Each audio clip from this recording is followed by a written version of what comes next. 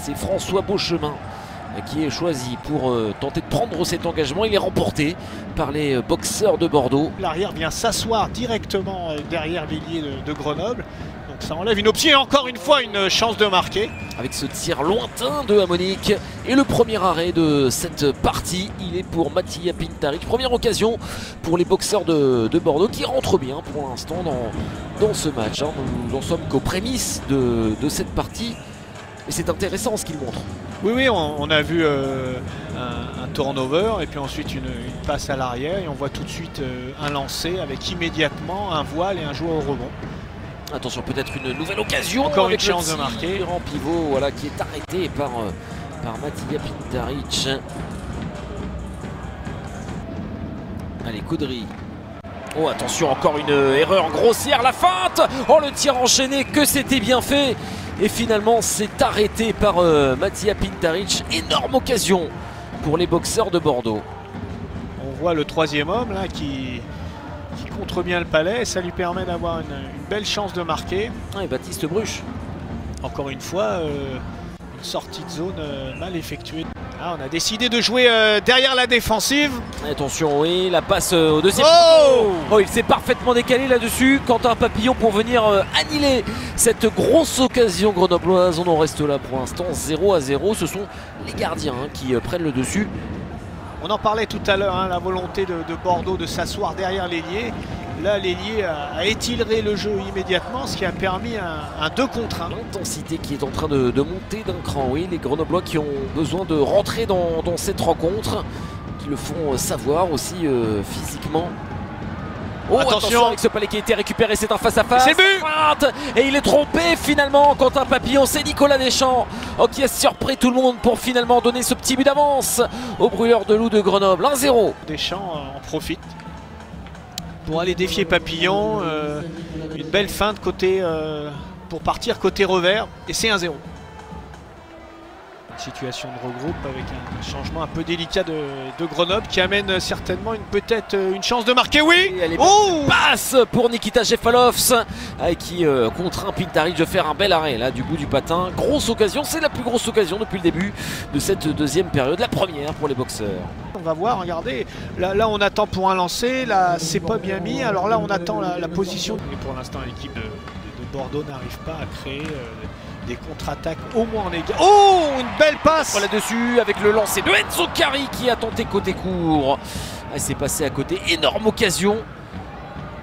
Là-dessus, ils ont réussi cette fois-ci, enfin, à se créer une contre-attaque rapide, limpide. Un bon jeu dévié en zone neutre qui permet... Oh là là, oui, encore une transition rapide. L'accélération, le lancer de Mathias Bachelet qui n'a pas réussi à le redresser. C'est passé à côté. Contre-attaque, manœuvre d'attente, Joe Est-Ouest, certainement un lancer. Oh, dommage. Passe au-dessus. C'était encore Kevin Spinozzi. Oh, ils sont vœux, le défenseur des boxeurs de Bordeaux. Ah, il y a encore bonne passe de Nikita Jeffalovs là-dessus. Oui, première fois que l'équipe de Bordeaux arrive à enchaîner un enchaînement offensif. Attention à cette contre-attaque. 4 contre 2 avec un appui. Le décalage, le lancer arrêté par Papillon qui en a perdu sa crosse. Quel arrêt important de la part du gardien des boxeurs de Bordeaux. Ils avaient 2 joueurs de champ supplémentaires sur ce contre. Et puis un bon arrêt de Papillon qui a enchaîné une feinte et le contre avec Nicolas Deschamps. La reprise de volée qui n'est pas cadrée. Ça va d'un but à l'autre. Aurélien Der, attention. Aurélien Der, finalement, cette occasion qui passe juste au-dessus du but de Quentin Papillon. On est passé tout proche du but de l'année. On va revoir la situation de Aurélien Der. 5 minutes et 24 secondes encore à jouer. Très beau jeu. Deuxième période, l'accélération sur le côté gauche. On tente de faire le tour du but. Du côté de Loïc Farnier. Attention. Oh, le tir qui est arrêté. Il était parfaitement positionné, Quentin Papillon.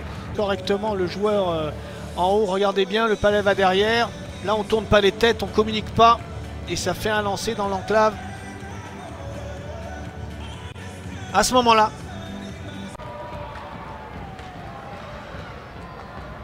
Le décalage sur le côté droit.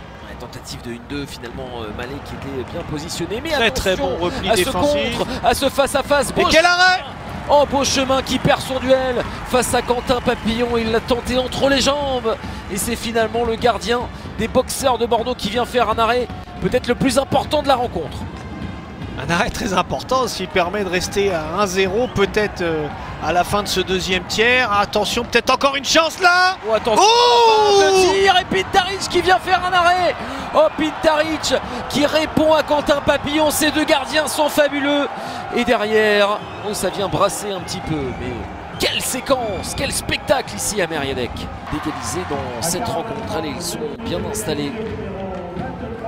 Le décalage sur le côté gauche. Tout de suite, ils ont la possession du palais avec le tir sur réception de Spinozzi. Oh, qui est manqué. Question lancé Salonen au deuxième poteau. Oh, quel arrêt! Fabuleux, sensationnel. Oh, on ne trouve pas les mots pour qualifier cet arrêt sublime. Signé Matija Pintaric qui vient de voler un but tout simplement au boxeur de Bordeaux en supériorité numérique. Incroyable. Excellente circulation de palais. Qui a amené un arrêt incroyable. Oh, attention, Spinozzi, c'est pas terminé. Le décalage sur le côté gauche pour Loïc Poudrier. Salonen à l'aveugle, Polks, Poudrier. La passe à la ligne bleue avec Jeff Palovs qui vient trouver Poudrier. Encore une fois, le deuxième. Et le tir qui n'est pas cadré finalement. Encore une grosse occasion pour Bordeaux en supériorité numérique. Ils sont dangereux, Sébastien. Et bravo à Pintaric qui fait deux arrêts clés coup sur coup. Un arrêt devant la cage et puis un arrêt sur un jeu, il me semble, est-ouest sur un enroulement lancé. Ça, il va falloir le revoir. Oui. Il va falloir le revoir parce que vraiment, il avait même été nommé MVP. En tout cas, Bordeaux amène énormément de danger. C'est le deuxième powerplay. On est déjà installé. On va certainement recréer une belle chance de marquer. Et voilà. Oh, but! Et finalement, ce palais qui revient jusqu'au casque d'or, qui revient jusqu'à Enzo Cari, qui remet les compteurs à égalité, un partout. Bordeaux qui égalise en supériorité numérique. Très très beau jeu. C'est vraiment un but qui valorise les deux lignes de powerplay de Bordeaux. On voit que le palais remonte, on décale, un lancer sur réception et là le bumper qui est prêt. Les Grenoblois qui construisent, attention à ce pressing bordelais. Ils s'en sortent avec cette situation de Mathias Bachelet qui était passé une première fois. Il n'est pas parvenu à passer ce palais, mais la jeunesse grenobloise a du talent. Oh, oh, oh. Maxime Lamarche. Solide, Lamarche qui résiste une fois, deux fois, toujours Maxime Lamarche qui est passé. Attention.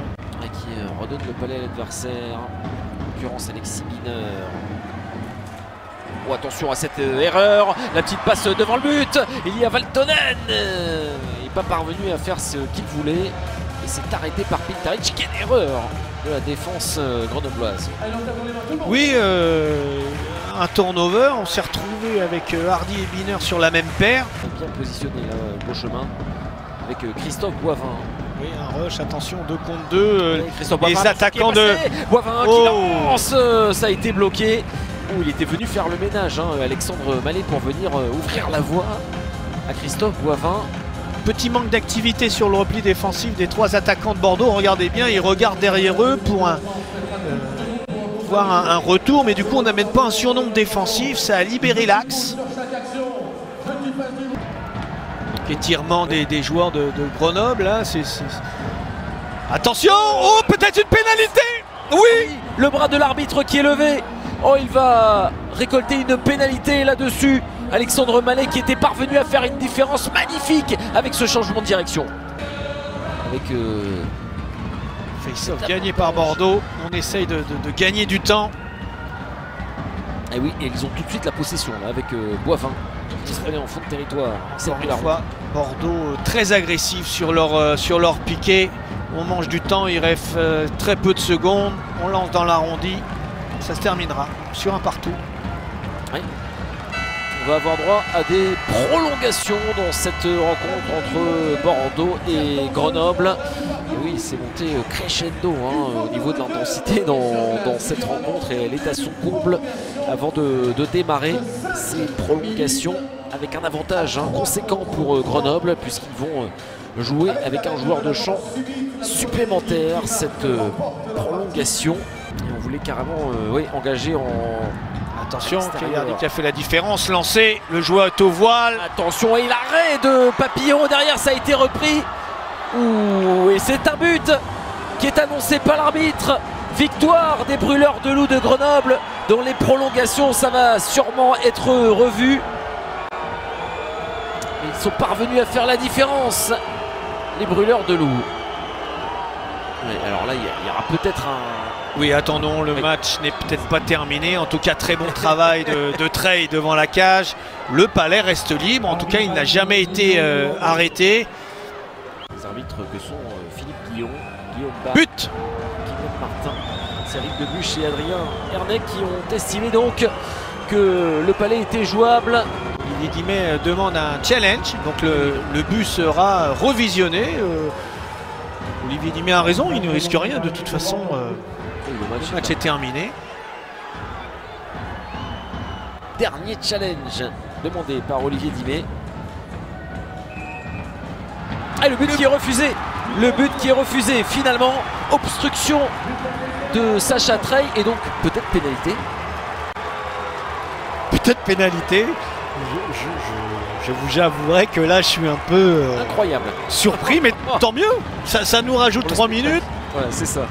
C'est magnifique. Et là, vous avez raison, Charles, c'est qu'il y a peut-être une pénalité appelée du coup pour obstruction pour le 77 Treille de Grenoble qui donnerait donc une supériorité numérique à 4 contre 3 pour Bordeaux.